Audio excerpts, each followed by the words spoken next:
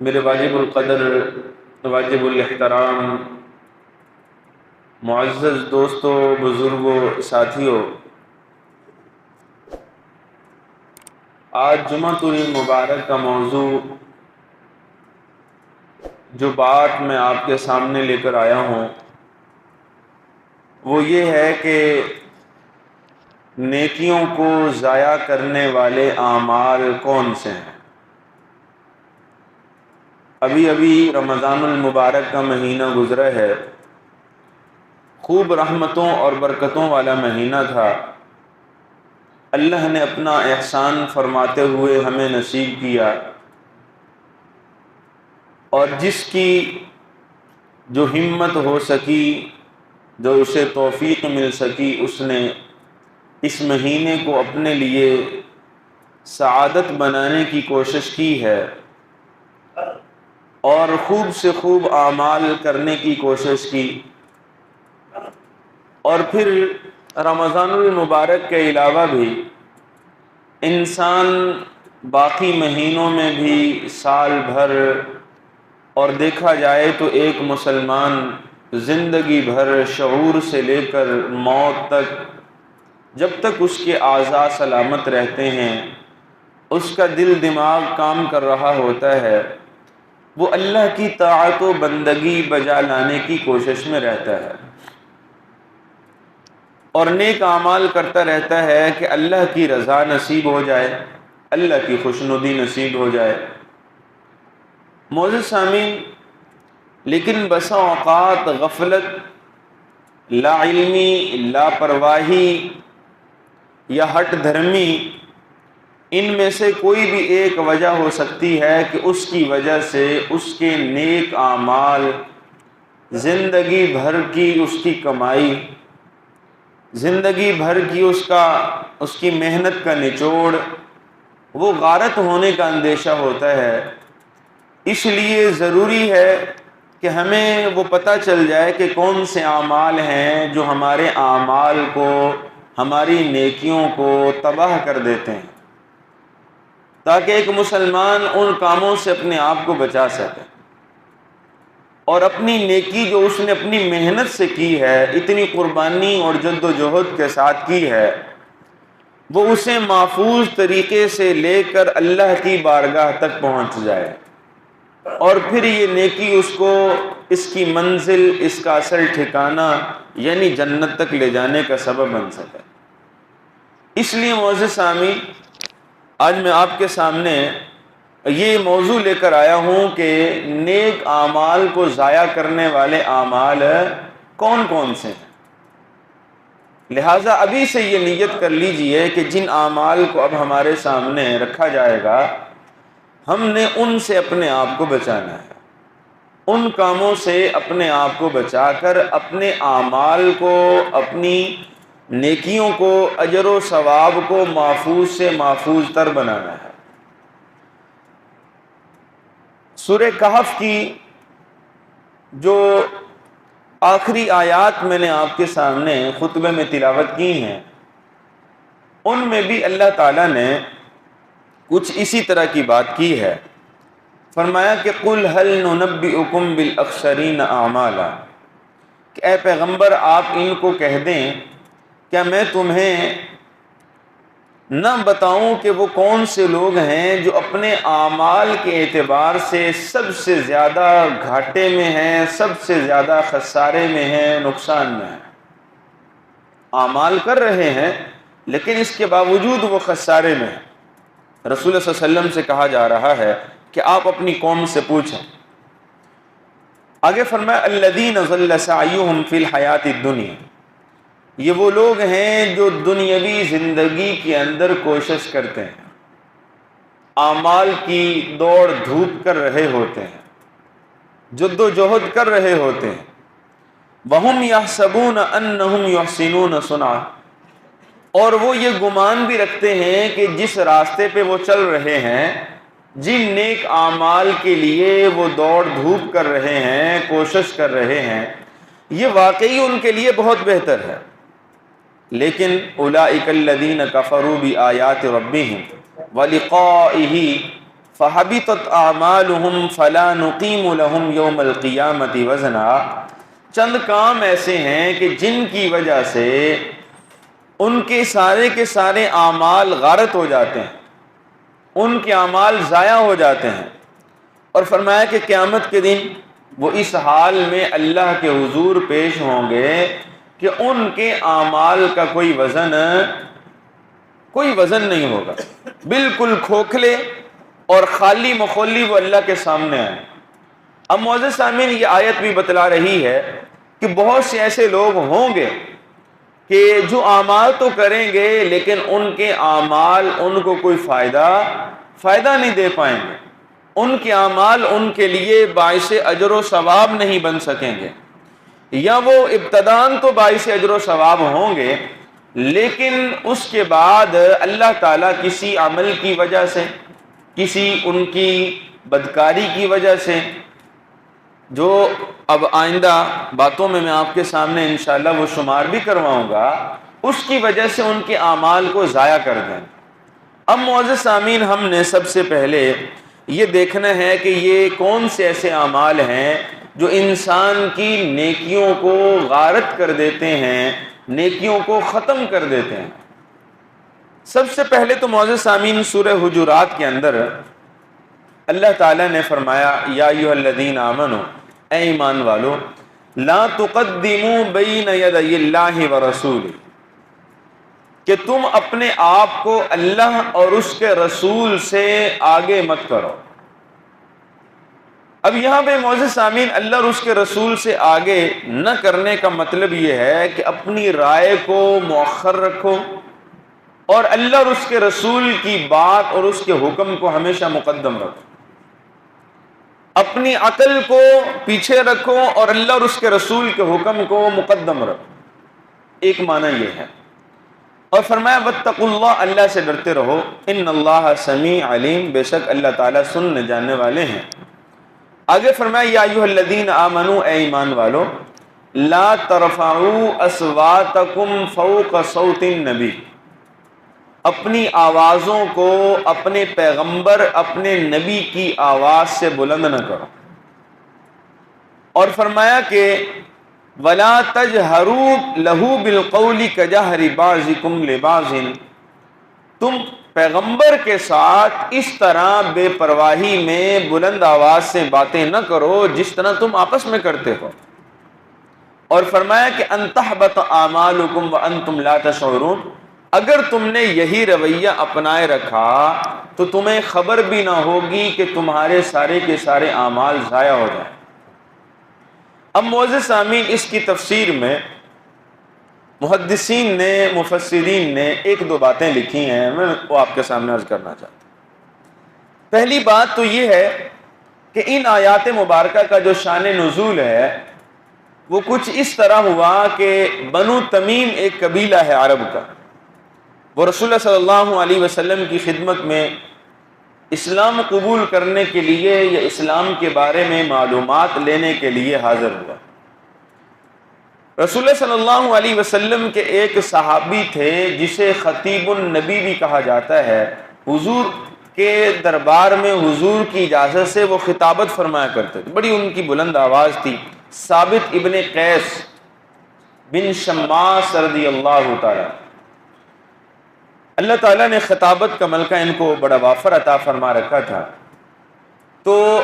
پیغمبر علیہ السلام نے ان کو کہا کہ آپ یہاں پہ ان کے سامنے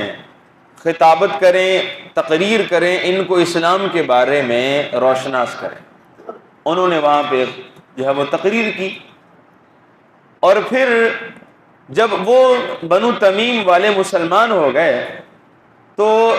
اللہ کے پیغمبر نے اب ان میں سے ایک کو امیر بنانا تھا، ان کا نگران بنانا تھا۔ یہ رسول اللہ صلی اللہ علیہ وسلم کی عادت مبارکہ تھی، ہر آنے والے قافلے، قبیلے، کنبے میں سے ایک کو امیر بھی بنایا کرتے تھے۔ اب معزز سامعین، حضرت سیدنا صدیق اکبر رضی اللہ تعالیٰ نے فرمایا کہ یا رسول اللہ، ان میں سے جو فلاں آدمی ہے آپ اس کو امیر بنا دیں، میری رائے یہ ہے۔ ادھر حضرت عمر رضی اللہ عنہ نے فرمایا کہ نہیں یا رسول اللہ، ان کو آپ نہ بنائیں، بلکہ فلاں آدمی زیادہ بہتر رہے گا، آپ اس کو بنا دیں۔ اب سیدنا صدیق اکبر رضی اللہ تعالیٰ نے اپنی جو ایک اپنا انتخاب تھا اس پر اصرار کیا کہ نہیں، جس آدمی کے بارے میں نے کہا وہ بہتر ہے۔ حضرت عمر رضی اللہ عنہ فرماتے ہیں کہ یا رسول اللہ، جو میں نے آدمی کا کہا ہے وہ بہتر ہے۔ اب اسی کشمکش میں ان کی آوازیں بلند ہونے لگی، تو اس وقت یہ آیت مبارکہ نازل ہوئی۔ یہی وجہ ہے کہ مفسرین فرماتے ہیں کہ اگر یہ حکم نازل نہ ہوتا تو دو اقرب ترین لوگ جو اللہ کے محبوب ترین بندے ہیں وہ اللہ کے مبغوض ترین بھی بن سکتے تھے، کہ اللہ نے اس آیت سے ان کو محفوظ فرما دیا، اور اس سے سیدنا صدیق اکبر، سیدنا عمر رضی اللہ تعالیٰ مراد۔ اور جب یہ آیات ثابت ابن قیس نے سنی کہ اللہ تعالیٰ نے اتنا سختی والا معاملہ فرمایا ہے کہ اگر تم نبی کے موجودگی میں بلند آواز سے بات کرو گے تو اللہ تمہارے اعمال کو ضائع کر دے گا اور تم سے زیادہ کوئی نقصان اور خسارے والا نہیں ہوگا، تو ثابت ابن قیس بہت غم زدہ ہو۔ انہوں نے کہا نہیں، ابو بکر عمر کے بارے میں یہ نازل نہیں ہوئی، بلکہ دربار نبوت میں خطابت اور تقریر تو میں نے کی تھی اور میں نے بلند آواز سے واز کیا تھا، اس لیے یہ آیات مبارکہ میرے بارے میں نازل ہوئی۔ اتنا غمزدہ ہوئے کہ اپنے آپ کو گھر میں معصور کر لیا، یہاں تک کہ رسول اللہ صلی اللہ علیہ وسلم نے ان کو دیکھا کہ یہ آ نہیں رہے تو پوچھا کہ ثابت ابن قیس ابن شماس کہاں ہیں؟ صحابہ نے کہا کہ یا رسول اللہ، وہ تو کہہ رہے ہیں کہ میری وجہ سے اللہ تعالیٰ نے اتنا سخت حکم نازل کیا ہے، میرے اعمال سارے کے سارے ضائع ہو گئے ہیں اور میں اہل جہنم میں سے ہو چکا ہوں، اس لیے کہ قرآن یہاں پہ کہتا ہے کہ یہی وہ لوگ ہیں ان الذین یغضون اصواتهم عند رسول اللہ۔ اس کے بعد آگے فرمایا کہ یہ وہ لوگ ہیں جن کے اعمال ان کو جہنم میں لے جائیں گے۔ اب فرمایا کہ میں تو اہل جہنم میں سے ہو چکا ہوں، تو معزز سامعین، رسول اللہ صلی اللہ علیہ وسلم نے فرمایا کہ لا بل هو من اہل الجنہ، نہیں ایسی بات نہیں، بلکہ ثابت ابن قیس تو اہل جنت میں سے ہیں۔ اب گویا کہ ان کے اس غم نے ان کو جنت کی بشارت بھی دلوا دی۔ اب معزز سامعین، صحابہ فرماتے ہیں کہ اس کے بعد ہم جب بھی ثابت ابن قیس کو دیکھتے تو اس نظر سے دیکھتے کہ یہ چلنے پھرنے والا بندہ کوئی عام نہیں بلکہ یہ جنتی آدمی ہے۔ یہاں تک کہ جب مسلمہ کذاب کے خلاف جنگ ہوئی ہے تو اس جنگ کے اندر ایک وقت ایسا بھی آیا کہ صحابہ کو کچھ پسپائی اختیار کرنا پڑا، تو ثابت ابن قیس رضی اللہ عنہ کے بارے میں آتا ہے کہ انہوں نے ایک کفن اپنے جو ہے وہ جسم پہ پہنا ہوا تھا، کفن کا لباس پہنا ہوا تھا اور اس پر میت والی خوشبو بھی چھڑک رکھی تھی، اور کہا کہ لوگوں تمہیں کیا ہو گیا ہے کہ تم نے ایک غلط روش اور عادت اپنے اندر ڈال لی ہے کہ تم میدان جہاد کے اندر پسمائی اختیار کرنے لگتے ہو۔ پھر صحابہ فرماتے ہیں کہ یہ جنتی آدمی ہمارے سامنے اس طرح آگے بڑھا اور اس ولولے کے ساتھ لڑنے لگا کہ لڑتے لڑتے اسی میدان میں جام شہادت نوش کر گیا۔ معزز سامعین، ان واقعات کو البدایہ والنہایہ کے اندر بھی بیان کیا گیا ہے، اور جو پہلی حدیث میں نے آپ کے سامنے عرض کی ہے وہ سنن ابی داؤد کی وہ حدیث مبارکہ ہے۔ اب معزز سامعین، یہاں پہ دیکھیے کہ اللہ تعالیٰ نے پہلا وہ حکم نازل فرمایا، وہ اس عمل کے بارے میں بتلایا کہ جس کی وجہ سے انسان کے اعمال غارت ہو سکتے ہیں، اس کے تمام اعمال صالحہ وہ برباد ہو سکتے ہیں، اور وہ عمل کون سا ہے؟ رسول اللہ صلی اللہ علیہ وسلم کے سامنے حضور کی بے ادبی۔ مفسرین فرماتے ہیں کہ آج بھی اگر کوئی دربار نبوت کے اندر بلند آواز سے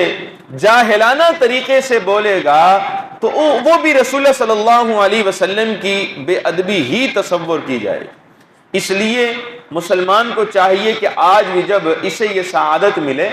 کہ یہ دربار نبوت میں حاضر ہو تو انتہائی مؤدب ہو کر، اس لیے کہ وہ مقام ادب ہے، وہاں پہ کوئی بے ادبی نہ ہونے پر۔ اسی طرح معزز سامعین، سورہ محمد کے اندر اللہ تعالیٰ نے ایک حکم نازل فرمایا کہ ذالک بانہم کرہوا ما انزل اللہ فاحبط اعمالہم، کہ اللہ نے جو حکم، جو احکام شریعت کے، دین کے، اسلام کے نازل کیے ہیں، ان کے بارے میں اگر کوئی آدمی کسی بھی اعتبار سے ناپسندیدگی کا اظہار کرتا ہے تو یہ ناپسندیدگی کا اظہار اس کے اعمال کو لے ڈوبے گا۔ اب دین کے جتنے احکام ہیں ان پر عمل کرنا یا نہ کرنا ایک الگ بحث ہے۔ جو عمل کریں گے وہ سامعین مطیع و فرما بردار کہلاتے ہیں اور باقی فاسق و فاجر کہلاتے ہیں، لیکن اللہ کے کسی حکم کو ناپسند سمجھنا اور ناپسندیدگی کا اظہار کر دینا یہ ایک ایسی چیز ہے جس کو سورہ محمد میں اللہ تعالیٰ نے ان اعمال کے ساتھ لا کے کھڑا کر دیا ہے کہ جس کی وجہ سے انسان کے سارے اعمال غارت ہو جاتے ہیں۔ اسی طرح تیسرا عمل جو ہے وہ شرک کا ہے۔ اللہ تعالیٰ نے جہاں شرک کی بات فرمائی تو رسول اللہ صلی اللہ علیہ وسلم کو مخاطب کر کے کہا لئن اشرکت لیحبطن عملک ولتکونن من الخاسرین، کہ اے پیغمبر اگر آپ نے بھی شرک ارتکاب کر لیا، آپ سے بھی شرک سرزد ہو گیا تو آپ کے اعمال بھی اللہ تعالیٰ غارت فرما دیں۔ اب دیکھیے معزز سامعین، ذات نبوت سے جو ہے وہ شرک کی امید اور توقع نہیں کی جا سکتی، اس لیے کہ انبیاء سارے کے سارے معصوم ہوتے ہیں اور شرک سب سے بڑا جو ہے یہ کفر ہے، اس لیے کہ اس کے بارے میں اللہ نے خود فرمایا ان اللہ لا یغفر ان یشرک بہ ویغفر ما دون ذلک لمن یشاء۔ اب اللہ نے رسول اللہ صلی اللہ علیہ وسلم کو یہاں پہ مخاطب اس لیے کیا ہے تاکہ امت یہ بات اچھے طریقے سے سمجھ جائے کہ اگر شرک کی وجہ سے نبی کے اعمال نہیں محفوظ رہ سکتے تو پھر امتی کے بھی محفوظ نہیں رہ سکتے۔ تو معزز سامعین، تین عمل تو یہ ہو گئے کہ جس کی وجہ سے انسان کی نیکیاں تباہ ہونے کا، برباد ہونے کا خطرہ ہو، اور ایک رسول اللہ صلی اللہ علیہ وسلم کی احادیث میں ایک عمل ملتا ہے۔ رسول اللہ صلی اللہ علیہ وسلم فرماتے ہیں ایاکم والحسد، سنن ابی داؤد کی حدیث ہے، سیدنا ابو ہریرہ رضی اللہ تعالیٰ عنہ اس کے راوی ہیں، فرمایا رسول اللہ صلی اللہ علیہ وسلم نے لوگوں حسد سے اپنے آپ کو بچاؤ،